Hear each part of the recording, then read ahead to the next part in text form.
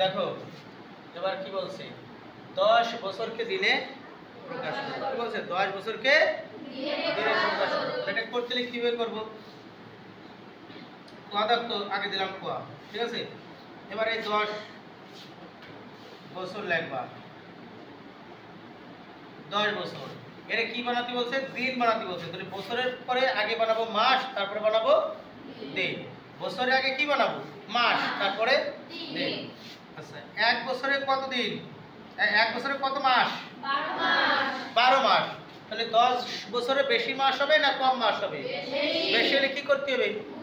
গুণ। তাহলে 10 কে কত দিয়ে গুণ করব? 12 দিয়ে গুণ করব। গুড।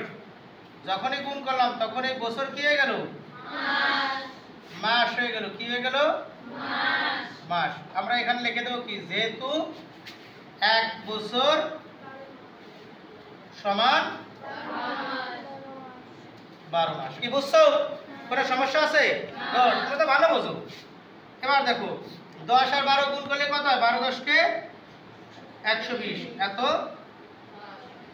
মাস। এবার দেখো মাস বেরোলো, এবার মাসে কি বানাবো? দিন। এক মাসে কত দিন? 30 দিন। তাহলে 120 মাসে বেশি দিন হবে না কম দিন হবে? তাহলে কি করব? গুণ। গুড। 120 গুণ হচ্ছে 30। 120 গুণ 30। যখনই গুণ দিলাম তখন এই মাস কি হয়ে গেল? দিন। এবার গুণ করো। এখানে লিখে দেবো কি? যেহেতু 1 মাস সমান 30 দিন। ওকে, এবার গুণ করি। মনে করো শূন্য নাই, এই শূন্য নাই, এই শূন্য নাই। 3 দিয়ে 12 রে 3 12 36। এবার এই শূন্য বসায় দিলাম। 3600 হয়েছে। 10 বছরকে দিনে প্রকাশ করেছি। 3600 দিন। পারছো? এবার পারা যাবে? বুঝেছো তোমরা? কেউ এটা করতে পারছো? আচ্ছা, এটা ক্লিয়ার? এই একটা পদ্ধতি। এইটারে আবার এইভাবেও করা যায়। কিভাবে বলো তো? এইভাবে। সেটা হচ্ছে দেখো, আমরা জানি কি 1 বছরে কত দিন? 365 দিন। তাহলে 10 বছরে বেশি দিন হবে না কম দিন হবে? তাহলে সরাসরি যদি এর 365 দিয়ে গুণ করে দাও, 10 গুণ হচ্ছে 365, এত কি দিন। এবার লেখো যেহেতু 1 বছর সমান 365 দিন। ওকে, এবার গুণ করো।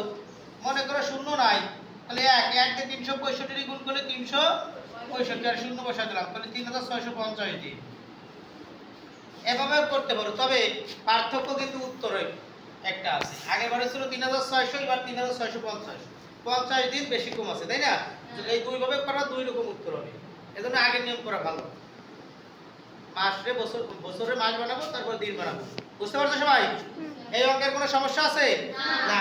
এরপরে যদি না বোঝো আমার আইডিতে গিয়ে দেখে নেবা। বুঝছো?